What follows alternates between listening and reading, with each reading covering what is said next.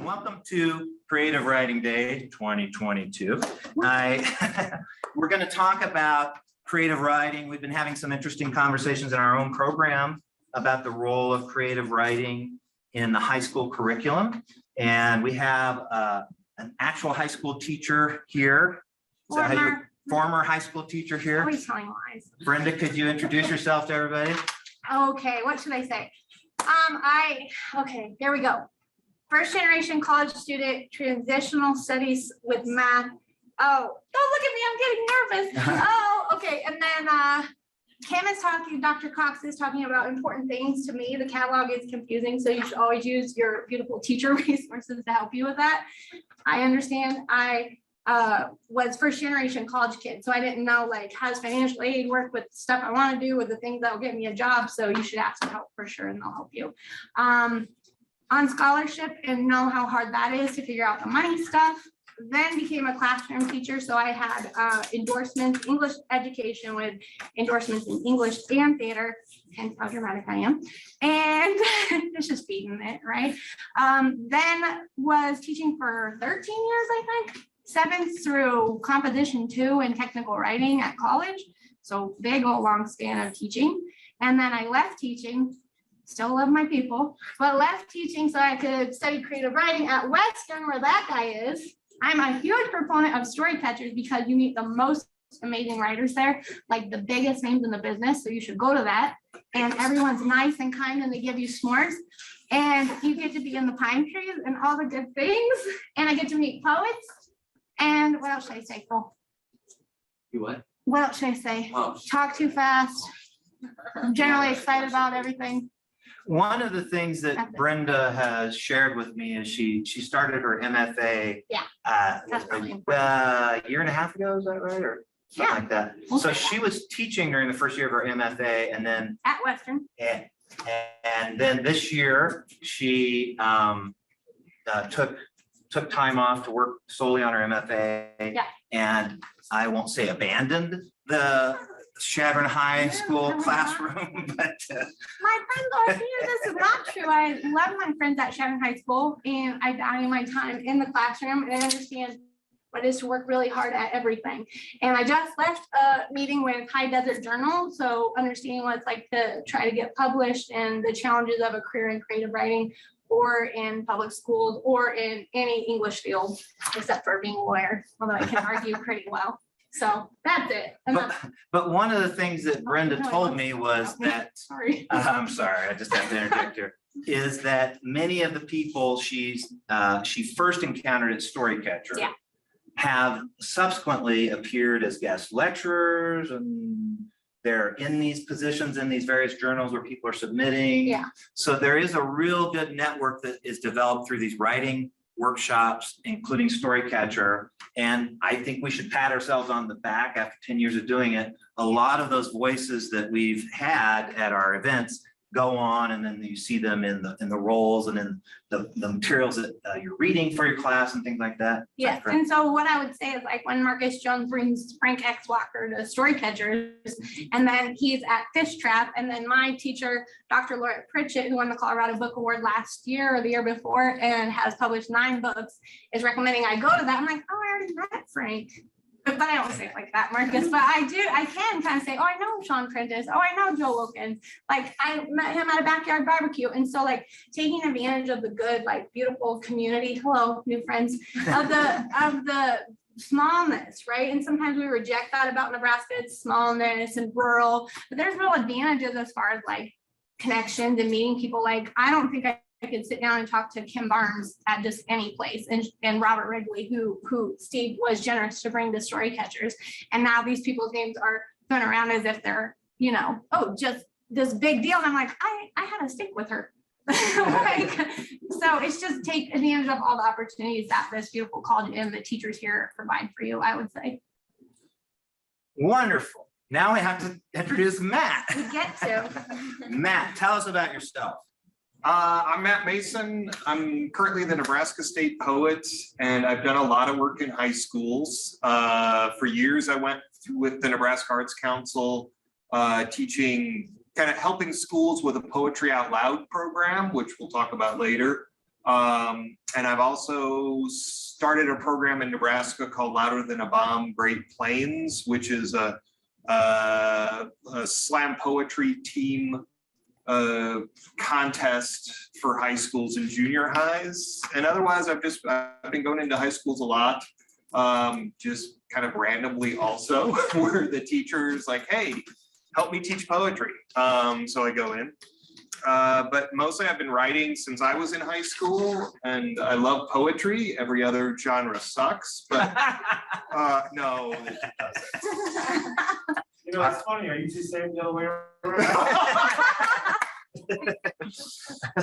No, I think every kind of writing really informs every other kind of writing, but I'm biased towards poetry heavily. So, since that's all I write, because I can't write everything else. It's too hard. So. All right, and we have Steve Coughlin, Dr. Steve Coughlin on Zoom. Tell us about yourself, Steve. And it's not just for the people in this room, because I did hit record and I make sure I did that. So it's for posterity. All right, thanks, Matt. Hey, Matt Mason, I think you and I emailed right before the pandemic while I was still at I used to teach at Chadron, everyone. Yeah. And I'm so sorry I never emailed you back or things fell apart. The pandemic hit and then they locked me out of my email when I left. But anyway, that's how that happened. So I'm glad this all worked out. I'm sorry it took a couple years to make it. I'd also say, Matt Evertson, thanks so much for, I think, and everyone else in the creative writing program at CSC for putting this together. This is fantastic. A whole day. We should do this at Western. So yeah, I used to teach at Chadron, loved it. We did a lot of great stuff there. And then a couple years ago, we moved to Gunnison, and I teach here at Western now, and I teach I coordinate the undergraduate creative writing program, and then teach a little bit in the nature writing MFA program. And I work with Matt on Storycatcher, and everyone else at CSC helps out on that. A lot of folks do. When I was an undergrad, I was an English ed major. And then I got really scared because I realized how hard English teachers work. So I became a professor.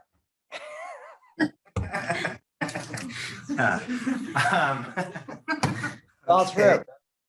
Hey, Steve, did you know that we're having a Storycatcher in Gunnison this year? We What a are having a coincidence. Storycatcher. I am terrified. It is so poorly organized. I'm sorry. If you're going to take a year off, no, I'm just kidding. It's gonna be great. Yes, riding at 8,000 feet. All right. That's what we're doing. Yeah. That's great. a good descriptor. Okay, let's get started. If you have not signed the sign-up sheet before you exit today, if you could, that helps us account for our attendance for the Dean's Council funding. The Dean's Council at Chadron State College did help fund this, and Matt Mason is appearing thanks. Well, he supported the Nebraska poet. Explain this is supported by Nebraska. Yeah, Humanities Nebraska, the Nebraska Arts Council, and the Nebraska Library Commission. They make it possible that we have this in Nebraska. And we really appreciate you being here.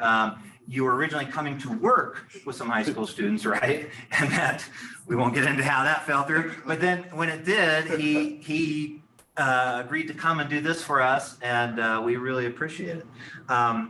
I thought maybe I would start the discussion by just setting the table a little bit where my thought is coming on this is last academic year, I was involved in a couple of classes that focused on high school teaching and high school writing. And, it's not my thing. So I'm like looking at it with kind of fresh eyes and uninformed eyes. And I'm like, where's the creative writing that they're supposed to, are they only supposed to be doing like literature survey courses in high school? That's kind of how it was. I remember English in high school for me, it was either you do kind of a literary survey of the canon, the canonical authors, the greatest hits, so to speak, and Brit and American Lit. I don't know that I had World Lit when I was in high school, but that was a long time ago. And then maybe if you weren't in those, maybe those were advanced classes, and if you took another class, maybe it was kind of focused on informational writing or something like that. So I don't know. I don't know if any of this is accurate at all. We're going to find out. But I was struck by the students when we were talking about it in class who were getting ready to go and teach in the next year or two, what their thoughts were about creative writing and we can talk about that today as well. I think it should maybe be more in the high school curriculum, but what do I know? And so one of the exercises we did, and I'm going to try and share screen here, is we looked at some standards. So we looked at, whoops, did I stop the video? Nope. You just have to click one more time. Okay. This is Common Core. So, boo, hiss, I don't know how you feel about Common Core. But we did talk a lot about Common Core standards, and this was both for the reading class and the writing class. And there is some capacity in Common Core for in both reading and writing, I would say, and teachers have, depending on where they're teaching, will have more or less latitude on how far they can go to or from the standards. But on this one, this is the reading framework, and their suggestion is, you can see by grade 12, seniors in high school, they should have a balance of 30% literary text and 70% informational. And early on, grade 4, you see kind of a mix of both literary and information. They explain what this is in the handout, and this is widely available. The Common Core, I think, has been adopted by all but 6 states. Does anybody know? Something like that. And the same with writing. They have a 4th grade, you're writing, they divide it into 3 categories: persuasive writing, explanatory writing, and to convey experience. And there's also an element in the high school framework that they call narrative explorations. I don't see any poetry in the standards. Anybody who's more familiar with Common Core than I am, let me know if you think that's accurate or not. And then as you go through to the, let's just pause and think about that. So we talked about this in the class.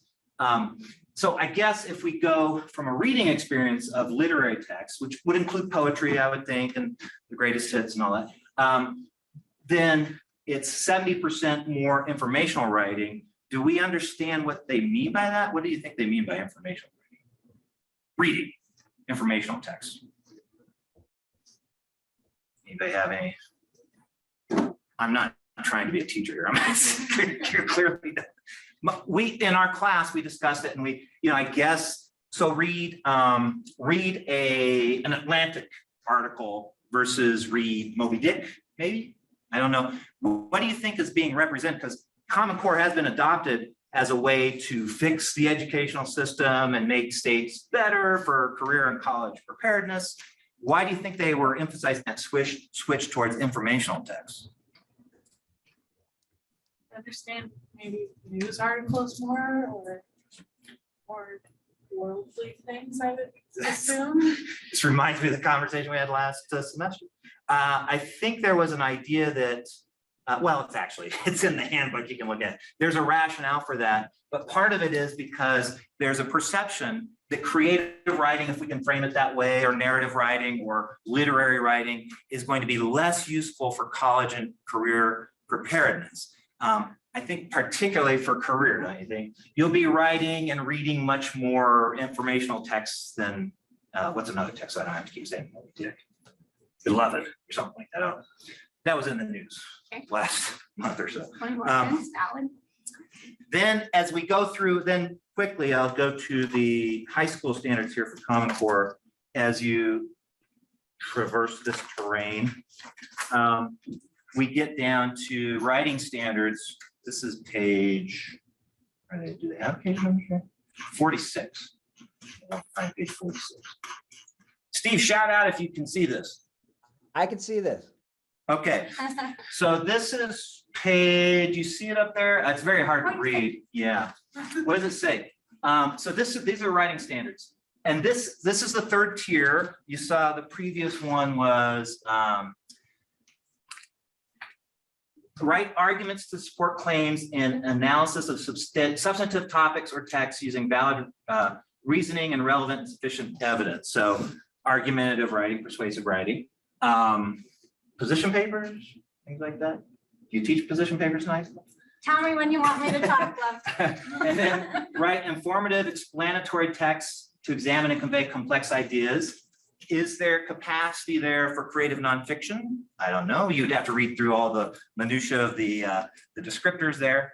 And then the third one, and remember, there's a balance here. They say this should be, not a third, but a smaller portion of their effort should be on this, write narratives to develop real or imagined experiences or events using effective techniques, well-chosen details, and well-structured event sequences.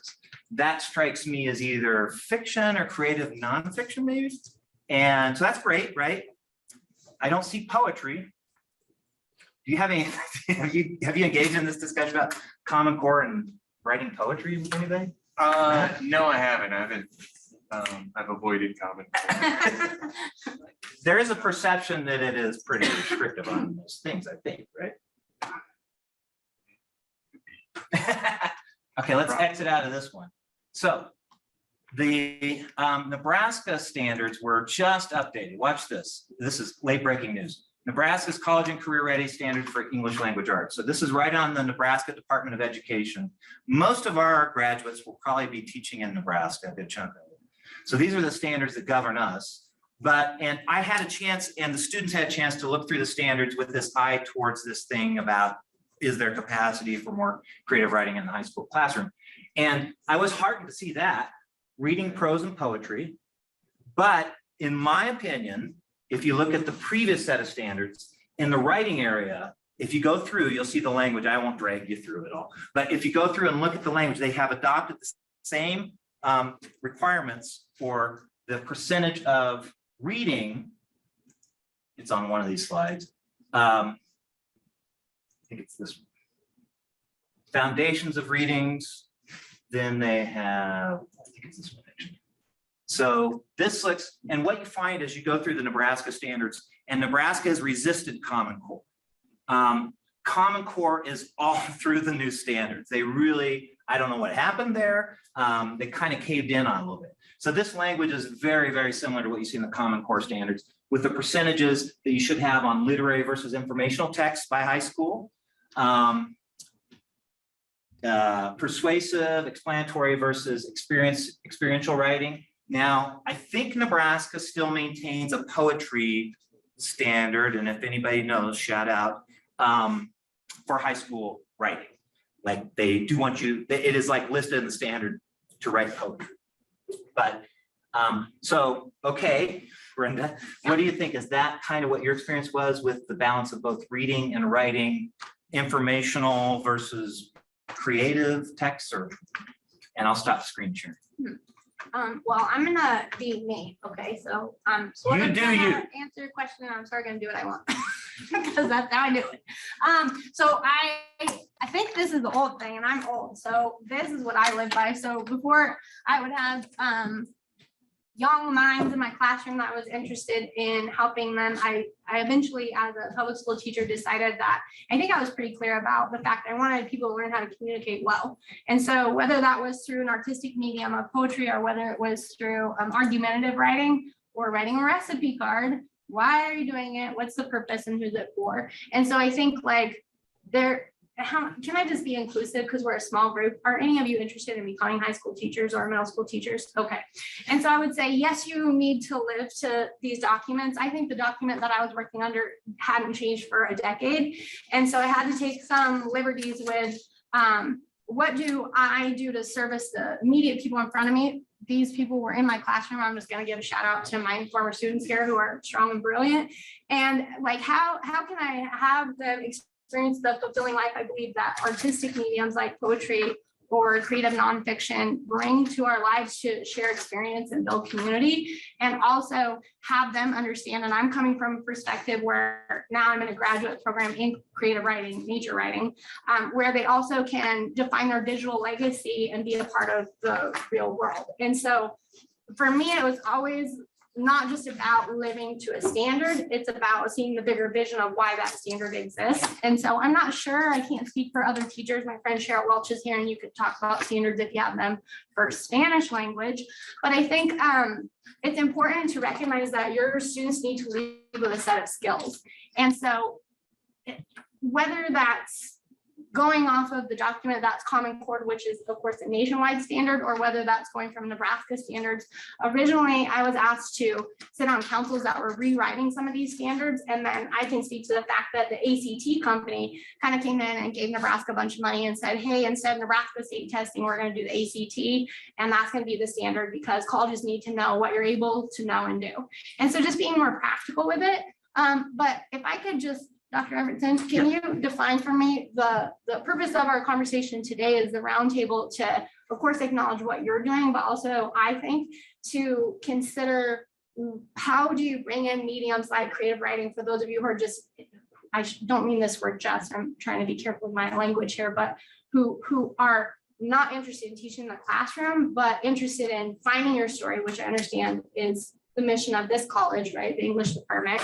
Find story. And that's so very important no matter what job you're going into. You better know who you are and how you're going to exist in an organization because most people aren't working in isolation. I mean, thanks COVID, but other than that, we're still Zooming, right? Steve Coughlin, we're still together. You can't escape us. So ladies over here who I have not spoken to yet, what is your primary interest? And you don't have to talk to me if you don't want to, but in order to make your conversation valid here today and your time worthwhile, like what are you interested in? Can I ask that? Yeah, I'm doing creative writing. Okay, cool. And do you think that poetry is the only valid form of writing? I'm teasing. Because I write in all mediums, which means I don't do any of them well, but all of them all right. So poetry, all right. So that's probably why you're here, right? And ma'am? I'm doing a minor in creative writing. Minor in creative writing. And what's your idea when you decided to come today? Or if you decide to declare that minor, which is a big deal to label things, right? We're talking about language and words. So you're labeling, I want a minor in creative writing. I enjoy poetry. Yeah. Do you write nonfiction, like realistic things? We have two incredible fiction writers. Oh, okay. So they're just being humble, huh, Marcus Jones? They are very strong. Okay, that's all right. That's sort of part of the gig of being English. A person in the English department, I would say most of us are pretty humble. We prefer our books and being introverted.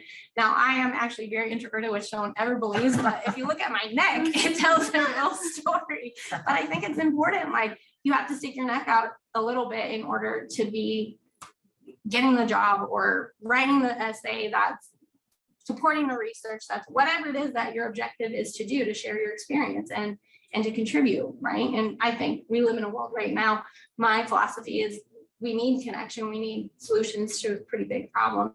I'm a nature writer, so I'm worried about water and sky pollution and all sorts of weird things. And what was your interest today? I just really like creative writing. Of course. Well, you're quite welcome. If you have any questions about story catchers, though, ask me, okay? Okay, and I want to give you a voice too, so. Yeah.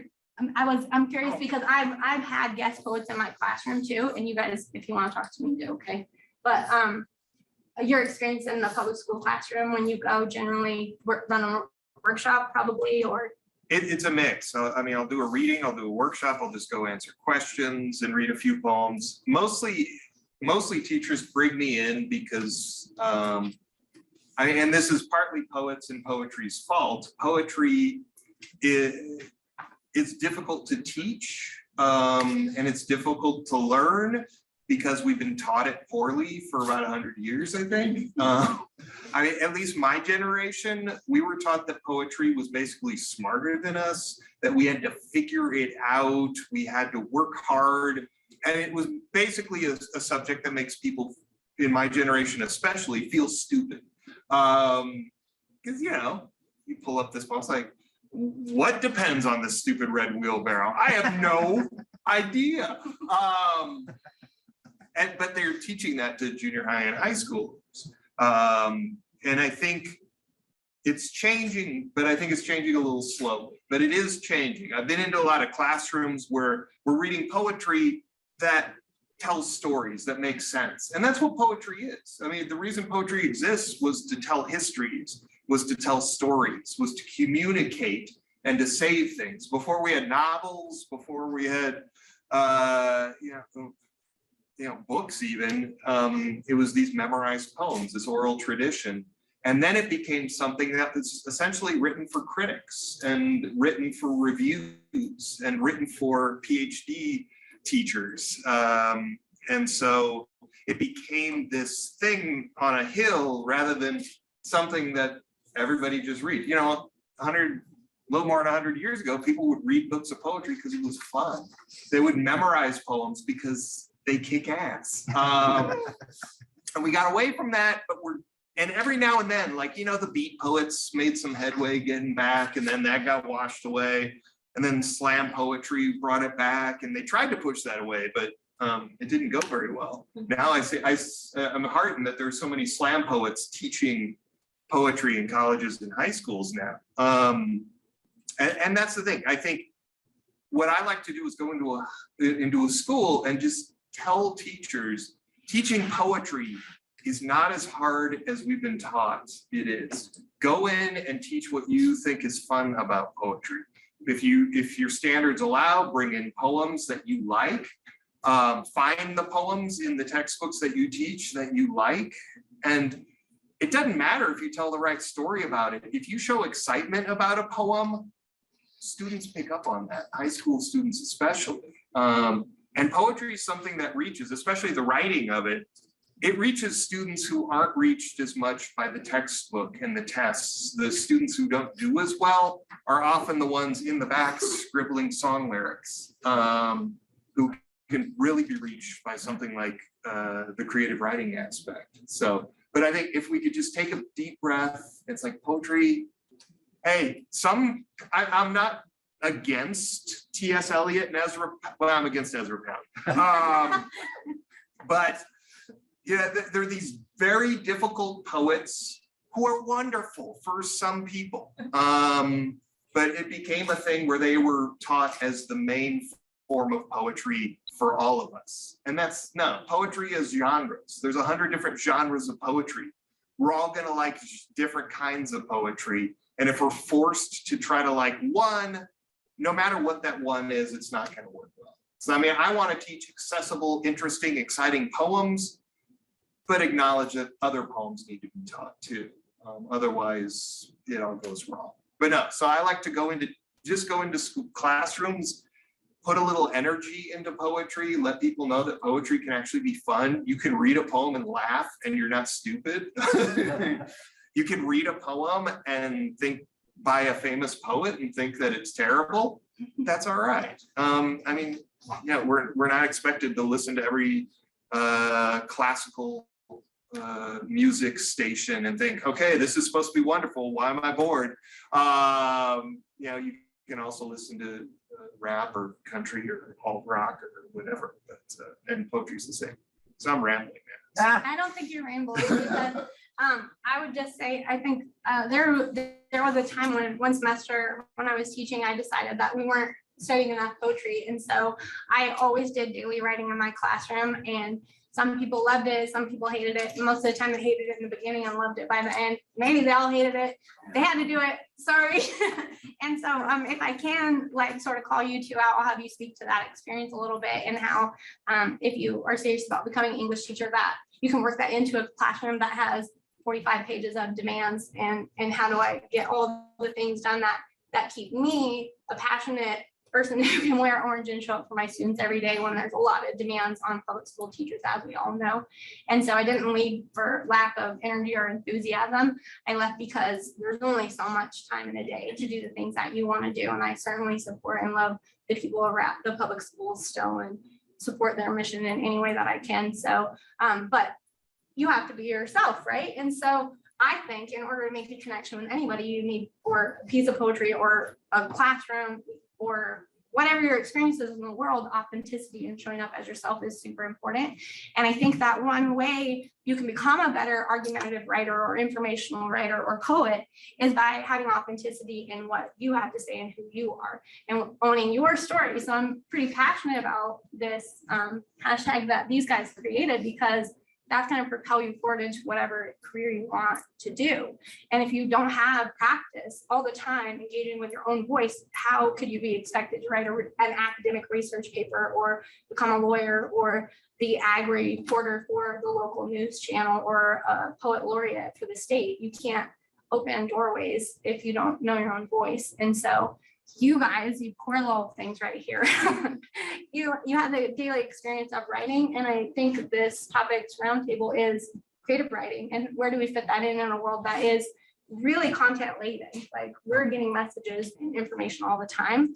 And they're asking teachers to say, how do you help students filter that information and find validity in what's presented to them at inundating experience? So what did you guys think? Yeah, you poor little souls had to be subjected to daily writing. What did you think? I'll let her take this. I knew you would do that. I knew you would do that, Cole. Um, But Cole, you had me for 2 years, so if you do have something to say, please do pop in, okay? No, I thought it was really good, like starting off, we always started our class with like 5 to 10 minutes of writing. At first, I didn't have her for my like sophomore year, and then I had her junior year. Yeah. And when I got into the class, I was like, this is the worst thing. in my Yep, life. we're I starting, hate this don't want to lady. start my class off like this, but like at the end of the class, it was really helpful going into our senior year. I Yeah. think like the writing. And Savannah, like when you see that, when it's saying like evaluate, analyze, blah, blah, and it doesn't have poetry up there, like, Yeah. did you feel like in the classroom? Because for context, sometimes I would give a prompt. On Fridays, I tried just to let people do what they want to do, but the rule was you had to write for 7 minutes every day for the very first thing that you did. And so part of it is like, I have administrative things I need to do. I need to get Cole's, I'm gonna be absent Thursday, slip off to him. I also need Savannah, who has never had me before, to have space and time to transition from a crazy hallway situation where maybe someone was just mean to her. I probably not, because you're delightful, but it could happen. And I need her to transition and get her mind ready for serious intellectual work with all of those things that I need to do if I'm gonna keep my job and honor her and what she's there to do by me. And so Savannah, I remember you. Is it okay if I speak to your experience a tiny bit? Okay, I'll be very gentle, okay? Don't get scared of me. I'll always be here for you. And so if you're engaging with argumentative writing, for example, it's structured, right? It's not a Friday free write where you get to do whatever you want and explore poetry and still be pushed and encouraged to use academic word choice and all the things that are required of good writing. But at the same time, if you've never engaged in highly structured writing or a sonnet, for example, like, how are you going to know how to be successful doing that if you've never had an experience? And by the way, you also need to teach Kate Chopin in a junior English class for American literature. And you also need to be relevant with graphic novels. And you have a lot of things. And also Cole has a flu and he's gone for 4 days and he really, really needs a slip slide, right? And so I just think creative writing can actually create a space where you are able to do some of the various things that standards ask you to do. That could be kind of difficult without the freedom for students to sort of flail around in that space and figure out what their voice is. So yeah, it's pretty terrible at the beginning, right? Yeah, part of the pressure of that timed writing and why I did that is because like you can daydream about writing forever and not get anything done, but there's a different kind of pressure, right? When you sit down and you could go do whatever you want to with it later, but at least you have had to engage with writing in some capacity every single day. And I just don't think writers are made from thinking about it. I think they're made in doing it. So yeah. And Cole, what about you? Come on, say something, honey. 2 years was a long I time. know, it really was. Yeah. How many, I was thinking about that because, you know, I kept some of those documents and 12 pages of writing just from doing it 7 minutes every day, you know, like plus a research paper, plus poems that we wrote, plus, and it is a long time, it is a lot of work, but I want you, if you come to Chadron State College and you're taking Shakespeare with Dr. Cox, you can keep up with her. And you can get your money's worth when you're sitting in her classroom because you've had that experience with reading poetry, even though it's not in the standard. It doesn't say that, but what if you get by her and you don't know how to read a line, right? It's necessary. Well, I would think even for poetry, when you're out on the tractor or you're out checking cows, to know William Carlos Williams, Yeah, you need a chick. it's a human endeavor too. And I think the standards, and we can talk a little bit more about standards later, we have to let Steve chime in, but I think the standards maybe if you read them strictly or whatever, I was just looking at them again. The newer standards don't really have any information. They don't have any suggestion about doing poetry. And so I wonder, like in a high school classroom, I don't think I was ever asked to write a poem in high school. And I don't know if that was part of the curriculum that you guys did or. Part of my curriculum. It was. Heck yeah. But do you feel like they're saying in the Common Core and the new thing, 70% informational, because you got to be ready for your career, but you also need to be a human. Yeah. You can. Steve, what do you think? You can put a lot of information in about a chicken, right, Steve? The white chicken. I actually hate that chicken poem, but I love it now. Maybe. No, hate it. Um, You guys are not in the Red Wheelbarrow Club. Yeah, I have a poem against that poem, so. Wow. Against the chickens. I agree with everything, y'all saying. Matt, I think, at least like, I know you talked about kind of like poetry triage, right? You know what I mean? Like when you go into the classroom and you're teaching poetry, a lot of it is triage because so much damage has been done to young people when they encounter poems, which is, I remember doing an essay on the Red Wheelbarrow. I still don't understand that poem.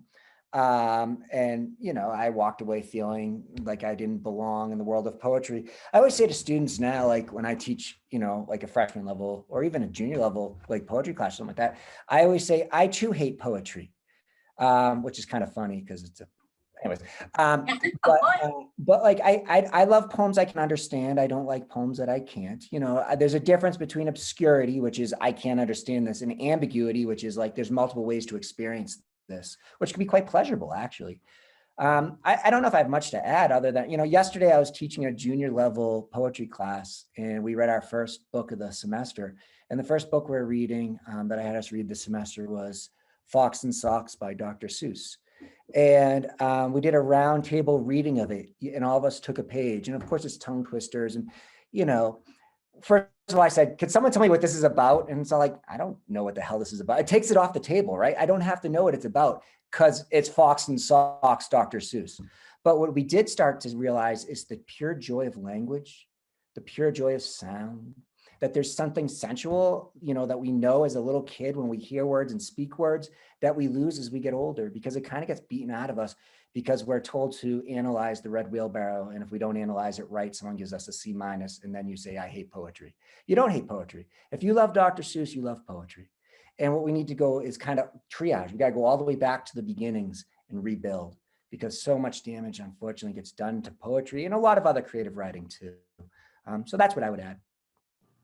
And just, to piggyback on that, one thing that I've been thinking as we're discussing is that when we're kids, we're read Dr. Seuss, we're read Shel Silverstein, and we love it, most of us, if we're normal.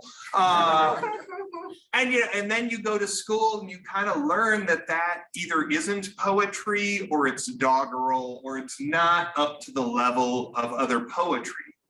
And it's like, but I love that. And we get kind of in that we're taught the parts of poetry that we love, we're not supposed to actually love. It's not good, which is ridiculous. So I love the fact that you're teaching Fox and Socks or starting it off. That's the right way to do it because it's the doorway in so that people know that they're permitted to enjoy it. Before we open up for questions, let's talk a little bit about beyond the standards. So I understand Chadron High now has a poetry club, right? And yes. And there's speech, very popular in Nebraska schools, where I think there's oral interpretation of drama, so there's lots of spaces beyond the classroom standards where students, I think in an extracurricular way, and maybe literary journals and things like that. And then of course, there's poetry out loud. You want to talk about that, Matt? Yeah, briefly, so we can get some questions, but Poetry Out Loud is a program that's nationwide. It's run in Nebraska by the Nebraska Arts Council. And what it is, we're in high school, you memorize a poem from a list of about 600 poems on poetryoutloud.org. And teachers do this either with one class or maybe all of their classes and have all the students participate. And you get kids, they memorize a poem, they recite it, Good.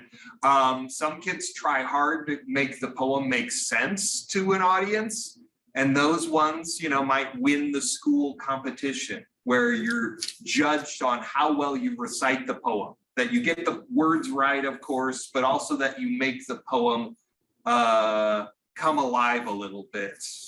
Not like an actor, but kind of like a storyteller, so that when you recite the poem, it makes sense. And then there's a state competition and a national competition. There's cash prizes, scholarships, all this stuff.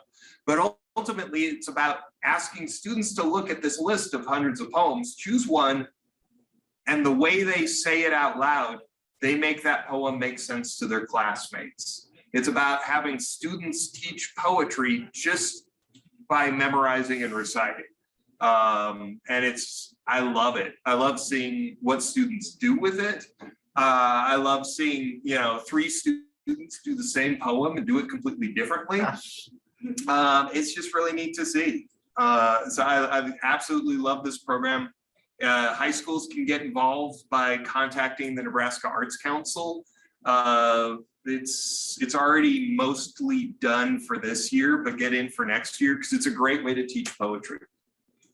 And we had someone from. Yeah, Gordon Rushville High had the state champion, I think 2 years ago, who was brilliant. Just really fun to see the poems he chose. Of course, a few things went wrong in 2020. So the national competition got, I forget what actually happened, but you know, he still won the state prizes and all. It was cool to see. Wonderful. Yeah. Observations, questions, comments? Want me to talk more about standards? No. So I am from Rapid City. I went to Stevens High School. I graduated 2021, so coming in 2021, class of 2022. These guys are starting out they call it pathways. I still don't really know what it is, but I do know that I was one of the last people to take creative writing, world literature, all of that in my senior year because they cut it out the year after I left. Whoa. To put in those pathways. So I just don't know with like how much of an effect that has on students. Pathways. You know? Yeah, I do. My son graduated last year and it's like a career academy. And so how I understand it, and every school that designs it does it a little bit differently from what I understand, but Scottsbluff schools have where you say, oh, I really like welding, so I'm sort of picking that path, and I'm really interested in drama, so I'm going down an artistic path. And for me, I have lots of opinions, as you can tell, about that, but I would ask you as a future high school teacher potentially what you think that would do for 2 students. I don't think it gives the students the ability to explore. Even being a freshman in college, I've changed my minor twice to figure out what I am. And I know friends who've changed their major 3 or 4 times already. And one of my friends actually just switched to criminal justice from where she was. And so I don't think coming in as a 13, 14-year-old, you can really decide by that time what you want to do with your life. And I think it's starting too soon with students. Yeah, one of the most beautiful paragraphs that was ever written in my classroom was from a student who won the state welding competition in South Dakota and actually was employed within 2 years, probably making $75,000 as a welder. And he had described the way that tool hit metal and sparked, and how he would bring something to life when that happened. And if he would have been on a pathway, I just don't know if he would have had an opportunity to write in that way and to understand what his passion was. And it wasn't anything you think, oh, let's get him in an English classroom right now. But all the students just sat still when he got done reading and were like, Bucky, where did that come from? And he was like, I just like welding. And I was like, we need those opportunities, right? Like for spark. That's I think really important in the classroom. But I'll tell you, there's ways to be sneaky. Get your students to come alive with their passions. I think it's really important because I mean, you do have to do high school in this country. So how do you make it also an experience that somebody might get something from, right? That's beyond the classroom. Yeah. So all your gut and also the standards. Yeah. I would say, from my experience in high school, I loved writing so much. It was like my biggest passion, and I wanted to be like an author when I grew up. But through going through high school, it definitely dwindled down, and it almost was like the school was telling me, you have to be exceptional at this in order to be successful and happy. And so that's just where I was like, okay, so I need to find something new. And I've always had many passions, so I kind of moved on from it, but I met this one professor in a collegiate program in Colorado, and he just like opened up my eyes again to writing. It was like, you have passion for something. Everyone's got a story to tell, and it doesn't need to be like, you have to be amazing at what you're doing, and not just the literary aspects of it, but also the creativity and imagination that goes into it. So I definitely think that you guys are talking about now with cutting out the creative parts of it and poetry too. It definitely should be included, because a lot of people, that's how they find out who they are and like what they want to do with their lives.